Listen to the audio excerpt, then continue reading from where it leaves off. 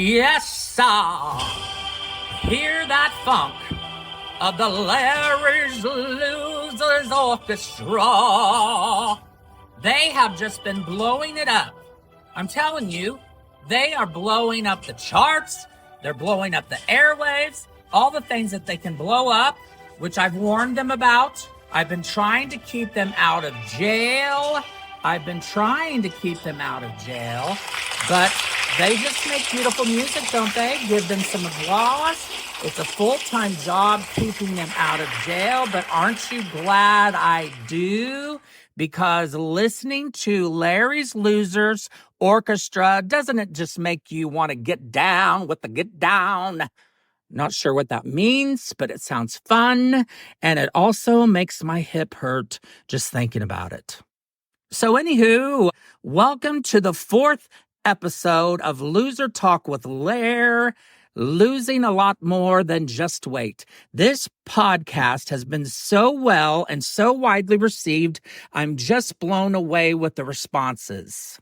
Listen to this. We have regular listeners in Germany, Austria, France, the UK, and Canada that I all want to welcome. And I also want to send a special welcome to a new listener from India. Of course, I love all of my American family. I truly didn't know what to expect when I set out to do this. It has been a beautifully overwhelming experience. I came across a crossroads in my life recently, as we all often do in our lives. Mine was and is, trust me, a ball of stress. This season of life that I'm in, that I'm working through, but I just thought, why not do a podcast? Yes, go ahead. You're just so stressed. Throw something else in there. Go for it. Had no idea what I was getting into or what would happen, but I knew that there would be some sort of creative way for me to escape all the madness I was in, right? In fact, as you will often hear me talk about, the universe was right. I was being pushed in this direction, and I'm finally starting to not be so stubborn, to open my ears, to shut my mouth, and to listen to life and let it guide me on its path that I need to stop fighting, because there is where all the angst and madness and stress and sickness and anxiety is created. That is exactly what I'm talking about today. Anxiety. But wow, I got ahead of myself. You're asking, Larry, how do I find you? I can hear you. And here's my answer. Larry's Losers 22 on Instagram, The Evolution of Larry on Facebook. There you can ask to join our private, exclusive Larry's Losers VIP group on Facebook, where we have fun, new ways to connect with our loser family and myself. Don't forget to like, download, rate, review, keep the comments flowing, all the fun stuff, so I know what you're thinking. And if you're liking the vibe of Loser Talk with Lair, losing a lot more than just weight, I provided a link to my Venmo to leave a donation to keep the work of this podcast going. The link is on here and on Facebook. You don't know how much I appreciate all of you listening. Seriously, thank you so much. Are you ever anxious? Oh my God. I love to start off our podcasts like that with a serious question. That is so laughable, but you guys can't see me and I can't see you, so you can't see that I'm laughing when I ask it. Of course, you have anxious moments, right? But the question is, how deep are those anxiety-ridden moments? Are they just fleeting and you handle them with ease? Or are they lingering and they hang around? One of those dark clouds I often refer to. Mine is a darkness I've lived with my whole life. My family is a family of anxiety. If you've listened to my first podcast, you heard my mom was born to an alcoholic father. Bingo! There's the anxiety gene. amongst a lot of other mental health challenges that will be discussed in this podcast that stem from that gene, anxiety is huge. So I'm talking about my dance with obsessive anxiety during this podcast. While I'm talking about it, gauge yours, take your temperature with it. And maybe you don't have an issue, and I really hope that you don't. But the good news is, if you do and you realize it, that is shining our light on your darkness. There's no scary anymore. And now we can start to handle it. Like I said, dance with it, hang around with it. Nothing to be scared of anymore. Just some boring statistics right from the get-go, because I seriously didn't know any of this existed inside of me until just a few years ago. And I have just learned a lot more about it recently. And by the way, I'm 54, so yeah, it took me some time. And I'm telling you, the only reason I'm learning about it now is because I'm starting to care about me, love me, which means, Larry does matter. All those years before, Larry didn't exist. Larry didn't want to exist. So who gives a crap if Larry was full of anxiety? The first time I was told I was anxious was when I became a store manager for Aeropostale. And my boss, Susan, who I adore, who could be listening, whom I learned so much from, told me in passing I was wound tight. She told me in passing because she assumed I knew that, because, hello, it was obvious. Obvious to everyone else but Lair. Lair didn't care about Lair, so I had no idea. Wound so tight, I was making myself sick, and it worked. Anyway, enough stalling. You're excited about those statistics, so listen to this. According to the National Institute of Mental Health, the wide variety of anxiety disorders differ by the objects or situations that induce them, but share features of excessive anxiety and related behavioral disturbances. Anxiety disorders can interfere with daily activities. Listen to this. See if one of these applies to you. Does it interfere with your job performance, schoolwork, relationships? Any anxiety disorders include panic disorder, generalized anxiety disorders, agoraphobia, specialized phobia, social anxiety disorder, which is social phobia, post-traumatic stress disorder, obsessive compulsive disorder, which if you look it up in the dictionary, my shiny face is right there, and separation anxiety disorder. Here's the percentages. I know I'm a nerd, but I love a good graph. Moderate anxiety amongst adults. This is moderate. Moderate was at 33.7%. So 34% had moderate anxiety. And here's severe. Listen to this. Severe amongst all adults that were studied. 22.8%. 23% were seriously impaired with anxiety. This meant that their daily lives were impacted. This included jobs, relationships, school life, health, etc.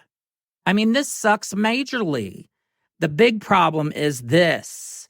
It is so hard to talk about, and we are told to not talk about these things. I say keep talking about it. Never, ever stop talking, no matter who is telling you they are sick of hearing it. Keep talking about it, because you know what happens if we don't talk about it? We shove food down our throats to ignore it. We shove alcohol down our throats to ignore it. We try to numb it with drugs or whatever it is to try to ignore it. We kill ourselves to try to ignore it. No more ignoring it. It's time to realize what it is that's making us sick. We're shining the light on the darkness. If you've listened to my earlier podcasts, you know my stories of father leaving us when I was 3 and blah, blah, blah. Well, here comes the anxiety, right? Some are at dad's. Do I call my stepdad dad? He is my dad. He's always there and he cares about me. Or the other one is the real, whatever that means. Weird, awkward. And the real one's weirdo wife that hates us and hates kids and always makes comments about what a burden we are. Anxiety. We always were a burden at their house. When you take a shower, that better not in water spot in the floor and bathtub, anywhere in that bathroom, just a weird and blah. Anxiety. They were Pentecostal, strict. I couldn't say God, which I said all the time. I was the one that made up, oh my God, OMG. I get a royalty every time somebody says OMG. It goes ding and it goes right into my checking account. Okay, I'm a liar. I'm sorry, God. Oh, I can't say God. Okay, sorry. Anyway, I had to say gosh, but Jean, that's my real dad's, whatever that meant, wife, said it would be better if I said gosh, but then she didn't like gosh because the Lord preferred, oh my word. But then I thought, the Lord preferred, oh my word. How did she know? Did she have a direct line to the Lord because she wore no makeup, had her weird twisted hair up in a bun, never drank water? She hated water. Remember the bathroom and no water droplets seen anywhere? Well, she wouldn't drink it anyway, either. So now I'm thinking, well, she had to be definitely, she had to be some weird alien. Anywho, back to Christ-like Jean. I had to say, oh my word, not God or gosh. So anytime I'd open my mouth, anxiety. I hated them. Hated them. I hated him, mostly for what he did to Mom. I didn't care what he did to us, but how dare he to Mom, and left Mom for that alien thing? She was much older and gross, and those dumb skirts and the fashion and no makeup, and she was just so gross. And he left us for his church family, and they lived happy ever at blah, blah, ick. Anxiety. Meanwhile, back on the farm, I was raised for the first few years on the farm. It was a love-hate relationship. I love the animals. I still do. Animals are my jam. You can hear my dogs, I'm sure. I'm sure you can hear. Anytime I'm not paying attention to them, they're barking, they're growling, they're fighting, they're playing with their squeak. They're trying to get my attention because I should be paying attention to them 24/7. So I'm sure you can hear them. But anyway, animals are my jam. They're my escape from horrible humans. Well, not you, of course, the listener. I love all of you. But you know the other people. You know how icky. So anyway, the animals I love. But the gardening and the weeding and all that I was not made for all that. I'm allergic to the sun. I'm not kidding. I was born with asthma. I break out in the sun. Sometimes asthma was convenient. Don't say anything. But a lot of times, I'm not kidding, I would stop breathing. It's a real thing. It's an issue. It's a horrible disease. We, the kids, there's 8 of us, and I'm the youngest, so I was the cutest. We had to maintain the garden with Dad. And when I say garden, you're thinking of some little cute patch of land with some plants on it. No, this thing was the size of Delaware. Okay, I'm exaggerating. It was the size of Rhode Island. Okay, so all 8 of us kids, and he out there supervising, mostly yelling and screaming. That's how he communicated in those types of situations. So yeah, anxiety. I was the youngest, and like I said, the cutest, of course, so he let me get away with a lot. So I usually got out of doing a lot of the crappy stuff, out of the hot sun and the itchy, buggy yuck, and I would go to the animals and escape. I'd sit on top of our split rail fence and either sing or read to our herd of cattle, and they would all come running and just stand and listen to me in my concert. It was my beautiful escape from all the madness, from all the anxiety. It was where I was learning how to manage all of it. And I'm so grateful I had that time. As I got older, my brothers and sisters started leaving and living their lives. And trust me, what lives they lived. My mom was always the center of my world. I always worried about her. No one no one else was taking care of her. She was worried about all of us, but no one was taking care of her. She was always my main concern, and she was always worried. So I was always worried about her. She was always worried about, so there was my anxiety. My escape became music. In 5th grade, I started playing trumpet, and then I learned baritone, horn, and flute. Started piano lessons in 7th grade, and singing became my passion. I was obsessed with Madonna, and my major obsession was this voice I got lost in, Whitney Houston. Her performances I would record and watch over and over and just get lost. This is where my dreams of music and living music were born. And ultimately, Berklee College of Music would come calling, and I answered. I never realized that as I had angst and anxiety that didn't feel so good inside of me, instinctively, I would search out something that would balance that out to make me feel better. I'm not sure why that surprises me. I mean, we all have that survival mode inside of us, that yin and that yang that helps balance our soul to help find our peace. But if we don't catch on to what is happening and realize we need to do this more often, find that balance, our lives get out of control. Our bodies get out of sync and we get sick. Our minds get sick, and we have to find that yang to our yin to help soothe our soul. Growing older, my brother and sister really put my mom through hell. They were always drinking and my brother doing drugs. My sister was married to a guy in the Navy that abused her. And she has 3 beautiful kids. I mean, they're not kids anymore, of course. But they traveled all over, and Mom was always so worried about them. Was always rescuing my sister and bringing them home away from him. And then he'd come get them, and the whole cycle would start over. The whole family was involved in my sister's cycle of abuse and her madness. But her kids suffered the most. Mom suffered with them. Poor Mom. I was worried about her. The anxiety. As I traveled and worked away, opening retail stores, working all day, drinking all night, that turned into my escape. I wasn't finding the right yin to my yang. My balance was off, and I was getting sicker and sicker. High blood pressure, I didn't know it. The stress and anxiety had nowhere to go but into the bottom of a beer glass, and that never helps. I lost my music.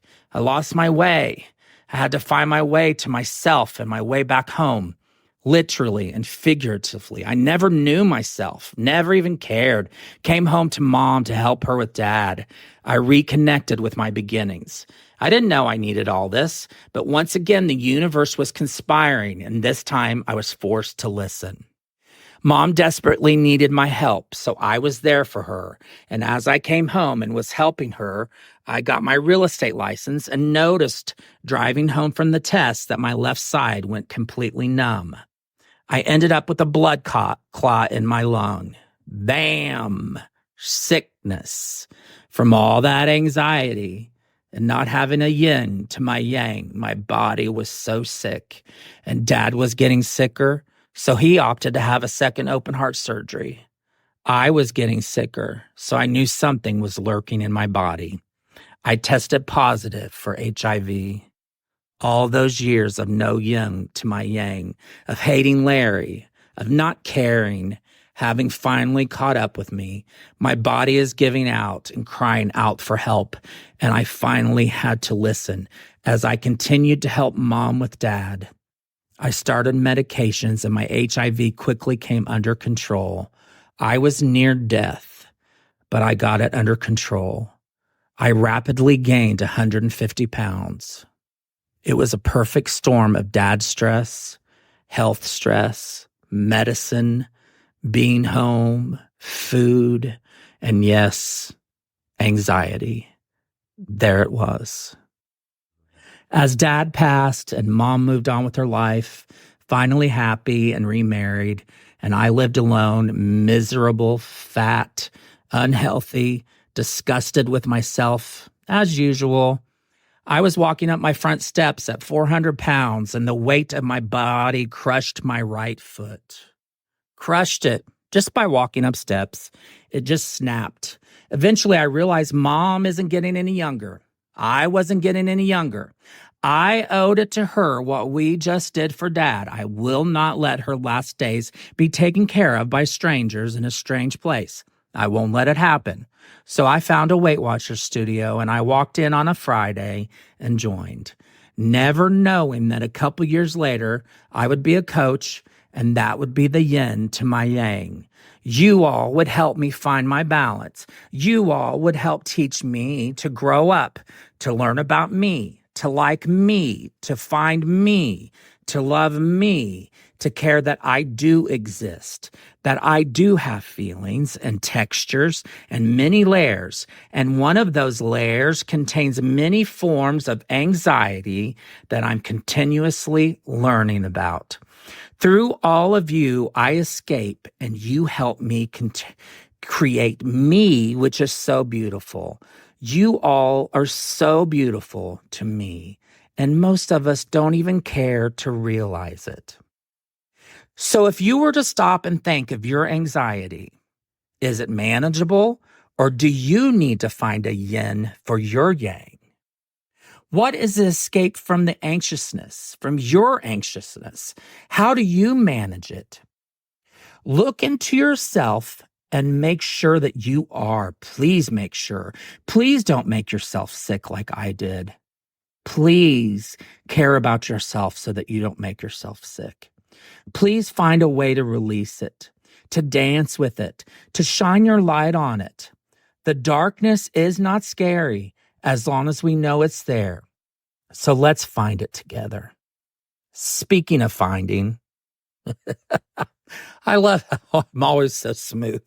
Speaking of finding, find me at Larry's Losers 22 on Instagram, The Evolution of Larry on Facebook, and don't forget to ask on there how to join our private, exclusive Larry's Losers VIP group on Facebook. Our loser family is waiting for you with all kinds of new ways to connect with them and me.